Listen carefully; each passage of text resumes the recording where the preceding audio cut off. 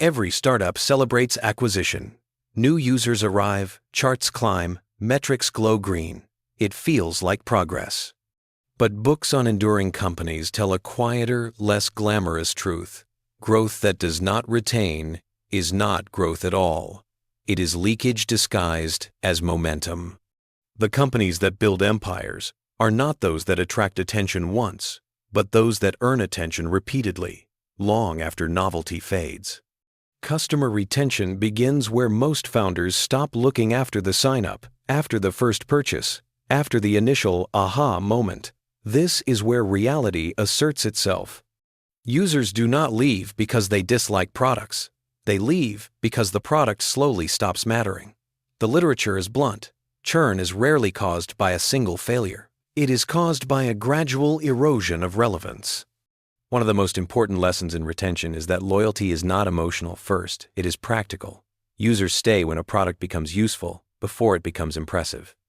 Startups often overinvest in features that look good in demos, while underinvesting in reliability, clarity, and habit formation. Books on product psychology emphasize that retention grows when products integrate seamlessly into daily routines. When usage becomes default rather than deliberate, churn collapses quietly. Another recurring insight is that retention is a lagging indicator of value.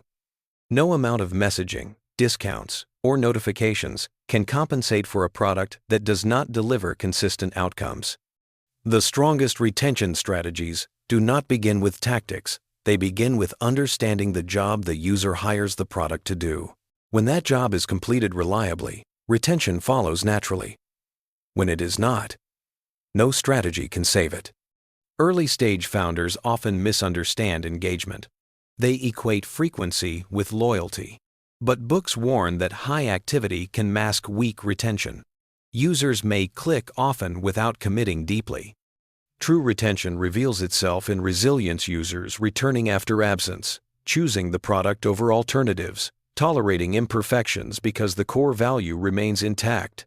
This depth of attachment is built slowly and deliberately. Another critical lesson emerges around expectations. Retention improves when expectations are set correctly and met consistently.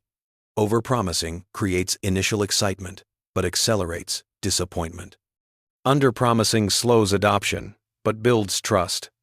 The literature shows that startups with the lowest churn often communicate conservatively and deliver generously. Surprise, when positive, compounds loyalty. Surprise, when negative, destroys it. Onboarding plays an outsized role in retention, but not in the way most teams assume. The goal is not to show everything the product can do. It is to help the user succeed, once, quickly, and clearly. Books emphasize that the first meaningful outcome matters more than any tutorial.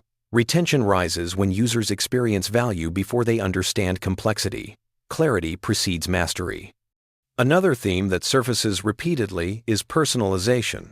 Users do not want more features, they want relevance. Retention increases when products adapt to users rather than forcing users to adapt to products. This does not require sophisticated AI at first. Simple segmentation, thoughtful defaults, and contextual cues can dramatically improve stickiness. The books show that feeling understood keeps users coming back, even when alternatives exist. Customer feedback is another underestimated driver of retention. Startups often collect feedback as validation rather than as guidance. The companies that retain best treat feedback as collaboration. They close loops. They acknowledge suggestions. They show progress. Users who feel heard develop patience. They stay through imperfections because they see themselves reflected in the product's evolution. Another insight concerns friction. Retention is not about eliminating all friction. It is about removing the wrong friction. Some friction protects value. Commitment friction increases seriousness. Switching costs, when ethical, stabilize usage. The books caution against confusing convenience with loyalty. Products that are too easy to abandon often are. The art lies in designing friction that reinforces habit without trapping users unfairly. Pricing strategy also shapes retention in subtle ways. Cheap products churn easily because they are easy to forget. Expensive products churn painfully because expectations rise. The literature shows that the best retention often sits where pricing reflects value clearly and predictably. Transparency builds trust. Surprise fees destroy it. Retention is strengthened when users feel in control of their commitment. As startups scale, retention shifts from product concern to organizational discipline. Support quality, uptime, communication, and roadmap consistency all influence whether users stay. Books repeatedly note that retention suffers when teams optimize for acquisition metrics at the expense of service.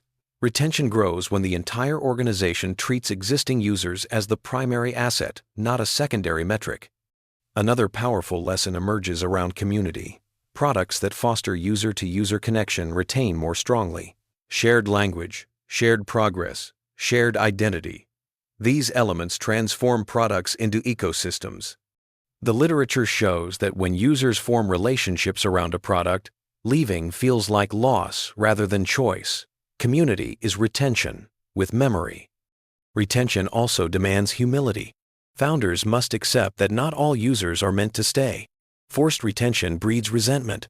Healthy retention accepts churn as signal. The goal is not zero churn, but right churn, losing users for whom the product is no longer the best solution. This clarity sharpens focus and strengthens the core audience. As these ideas accumulate, retention reveals itself as strategy, not optimization. It is the outcome of hundreds of small decisions aligned around user success. Companies that master retention do not chase hooks, they build reliability. They do not manipulate behavior, they earn habit. They do not fear churn, they learn from it. And this is where the story begins to narrow. Because once founders understand that retention is not about keeping users captive, but about keeping them satisfied over time, the question changes. It is no longer, how do we get users to stay, but what must we become so that leaving makes no sense? It is at this point where product value, trust, habit, and identity converge that retention stops being a metric and becomes a moat, quietly compounding as competitors chase acquisition while loyal users deepen their commitment, returning not out of obligation but out of preference, day after day, interaction after interaction. As loyalty takes shape gradually and almost invisibly, like a habit forming before the user ever names it as such. And this is where customer retention reveals its deepest power, not as a tactic to reduce churn, but as a philosophy that reshapes how a company thinks about growth, value, and trust.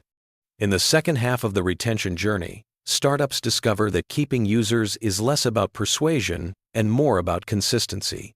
At scale, retention is not driven by clever nudges or aggressive reminders. It is driven by reliability. Books that study companies with decades-long customer relationships show that users stay when products behave predictably in ways that matter. They open quickly. They work when needed. They fail gracefully. Over time, this predictability becomes comfort, and comfort becomes preference. One of the most critical shifts that happens at this stage is moving from reactive retention to preventive retention. Instead of asking why users left, the best companies ask what might cause them to leave in the future. They map moments of fragility when value dips, when effort increases, when alternatives become tempting. Retention improves when these moments are anticipated and softened before users feel friction strongly enough to act on it. Another powerful insight from retention literature is the role of progress. Users stay when they can see themselves moving forward. This progress can be tangible, like saved time or earned revenue, or intangible, like confidence and mastery. Products that visualize progress clearly and honestly create momentum. Momentum reduces churn because leaving feels like starting over. The user's past investment becomes a reason to continue, not because they are trapped, but because they are advancing. Trust also deepens here. Trust is built not through perfection, but through response. When something goes wrong, how quickly is it acknowledged? How transparently is it explained? How fairly is it resolved? Books consistently show that strong recovery from failure increases retention more than flawless performance ever could. Users forgive mistakes. They do not forgive silence or deflection. As companies mature, retention becomes inseparable from brand. Not the logo or the slogan, but the expectation users carry into each interaction. Retained customers do not evaluate each experience from scratch. They rely on accumulated memory. This memory works in your favor or against you. Consistency compounds positively. Inconsistency erases goodwill faster than acquisition can replace it. Another dimension that emerges strongly is choice architecture. Products that retain well make the right actions easy and the wrong actions rare. They guide behavior subtly, without coercion. Defaults matter. Timing matters. Language matters. The books emphasize that ethical retention respects autonomy. It helps users succeed without manipulating them into dependency. Long-term retention is built on respect, not addiction. Community, when present, deepens into identity.